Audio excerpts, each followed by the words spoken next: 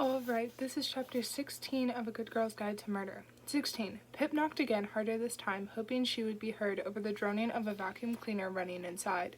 It clicked off abruptly, leaving a slightly buzzy silence in its wake, then sharp footsteps on a hard floor.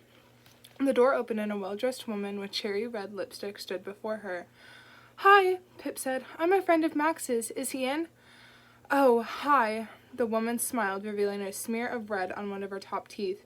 She stood back to let Pip through. "He certainly is. Come in." "Pippa," she smiled back, stepping inside. "Pippa, yes, he's in the living room, shouting at me for vacuuming while he's playing some death match. Can't pause it, apparently." Max's mom walked Pip down the hall and through the open archway into the living room. Max was spread out on the sofa in plaid pajama bottoms and a white t-shirt, his hand gripped around a controller as he furiously thumbed the X button. His mom cleared her throat. Max looked up. "Oh, hi, Pippa, funny last name," he said in his deep voice, his eyes returning to his game. "What are you doing here?" Pip fought back a grimace with a fake smile. "Oh, nothing much." She shrugged nonchalantly. "Just here to ask how well you really knew Andy Bell." The game was paused. Max sat up, stared at Pip, then his mom, then back to Pip. His mom said, "Would anyone like a drink?" "No, we don't." Max stood. "Upstairs, Pippa." He strode past them and up the grand stairs in the hallway, his bare feet thundering on the steps. Pip followed, flashing an apologetic wave back at his mother. At the top, Max held open his bedroom door and gestured her inside. Pip hesitated, one foot suspended above the vacuum-tracked carpet. Max jerked his head impatiently. His mom was just downstairs. She should be safe. She planted her foot and strode into his room. "Thank you for that," he said, closing the door. "My mom didn't need to know I've been talking about Andy and Sal again. The woman is a bloodhound, never lets anything go." "Pitbull," Pip said. "It's pit bulls that don't let things go." Max sat back on his maroon bedspread. "Whatever. What do you want?" "I said I want to know how well you really knew Andy." "I already told you," he said, leaning back on his elbows and shooting a glance up past Pip's shoulder. "I didn't know her that well." Pip leaned back against his door. "Just acquaintances, right? That's what you said?" "Yeah, I did." He scratched his nose. "I'll be honest, I'm starting to find your tone a little annoying." "Good," she said, following Max's eyes as they looked over again to a notice board on the far wall littered with posters and pinned up notes and photographs. "And I'm starting to find your lies a little annoying." "What lies?" he said. "I didn't know her well." "Interesting," Pip said. "I spoke to a witness who went to a calamity party that you and Andy attended in March 2014. Interesting because she said she saw you two alone several times that night, looking pretty comfortable with each other." "Who said that?" Another micro glance over to the notice board. "I can't reveal my sources." "Oh my God," he laughed a deep, throaty laugh. "You're deluded. You know you're not actually a police officer, right?" The skin on her neck flashed hot. She didn't like that, him talking down to her. "You're avoiding the question," she said. "Were you and Andy secretly seeing each other behind Sal's back?" Max laughed again. "He was my best friend." "That's not an answer." Pip folded her arms. No, I wasn't seeing Andy Bell. Like I said, I didn't know her that well." "So why did this source see you together, in a manner that made her think you were actually Andy's boyfriend?" While Max rolled his eyes at the question, Pip stole her own glance at the notice board. The scribbled notes and bits of paper were several layers deep in places, with hidden corners and curled edges.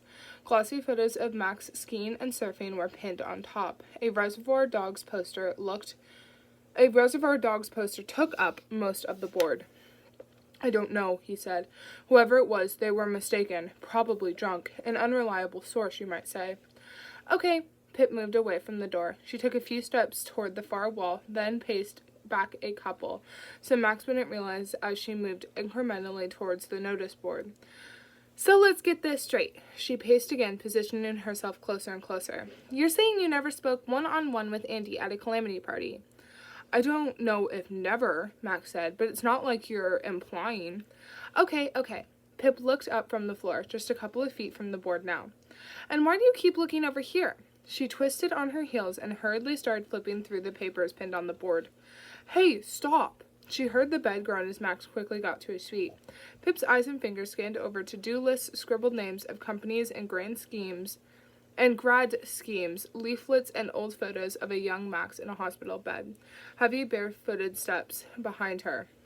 "That's my private stuff."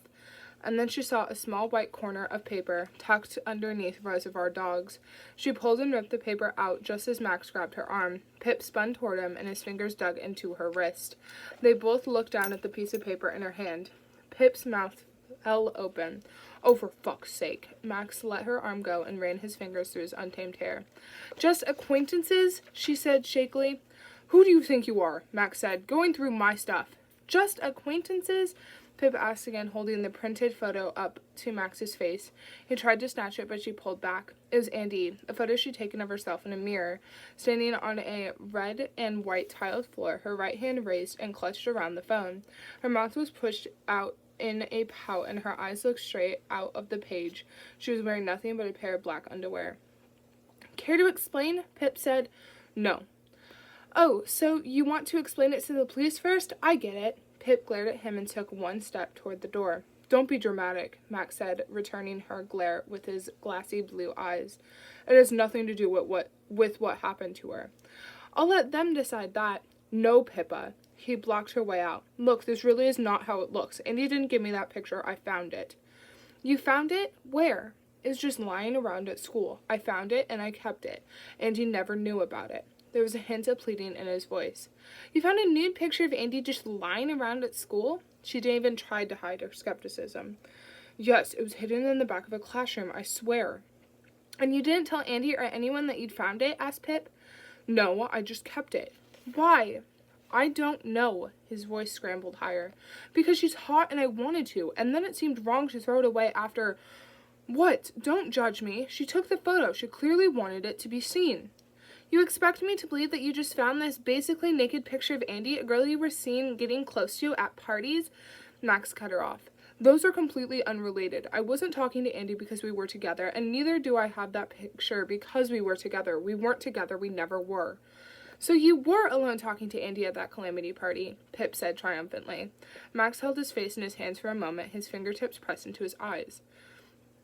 "Fine," he said quietly. "If I tell you, will you please just leave me alone and no police?" "That depends."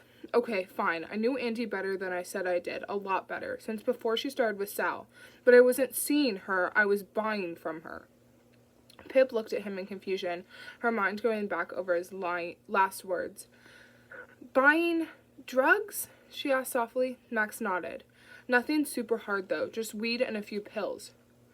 Holy shit, hold on." Pip held up her finger to push the world back, give her brain space to think. "Andy Bell was dealing drugs?" "Well, yeah, but only at Calamities, and when we went out and stuff. Just to a few people, a handful at most. She wasn't like a proper dealer." Max paused. "She was working with an actual dealer in town. Got him in with the school crowd. It worked out for both of them." "That's why she always had so much cash," Pip said, the puzzle piece slotting into place in her head with an almost audible click. "Did she use?" "Not really. Think she only did it for the money. Money and the power it gave her. I could tell she enjoyed that." "And did Sal know she was selling drugs?" Max laughed. "Oh, no," he said. No. Sal always hated drugs. That wouldn't have gone down well. Pip hid it from him. She was good at secrets. I think the only people that knew were those who bought from her. But I always thought Sal was a little naive. I'm surprised he never found out." "How long had she been doing this?" Pip said, feeling a crackle of sinister excitement. "A while." Max looked up at the ceiling, his eyes circling as though he were turning over his own memories. "Think the first time I bought weed off of her was early 2013 when she was still 16. That was probably around when it started." "And who was Andy's dealer? Who did she get the drugs from?" Max shrugged. "I don't know. I never knew the guy. I only ever bought through Andy and she never told me." Pip deflated. "You didn't know anything? You never bought drugs in Fairview after Andy was killed?" "Nope." He shrugged again. "I didn't know anything anymore." "But were other people at Calamity still using drugs? Where did they get them?" "I don't know, Pippa," Max over-enunciated. "I told you what you wanted to hear. Now I want you to leave." He stepped forward and whipped the photo out of Pip's hands. His thumb closed over Andy's face, the picture crumpling in his grip. A crease split down the middle of Andy's body as he folded her away.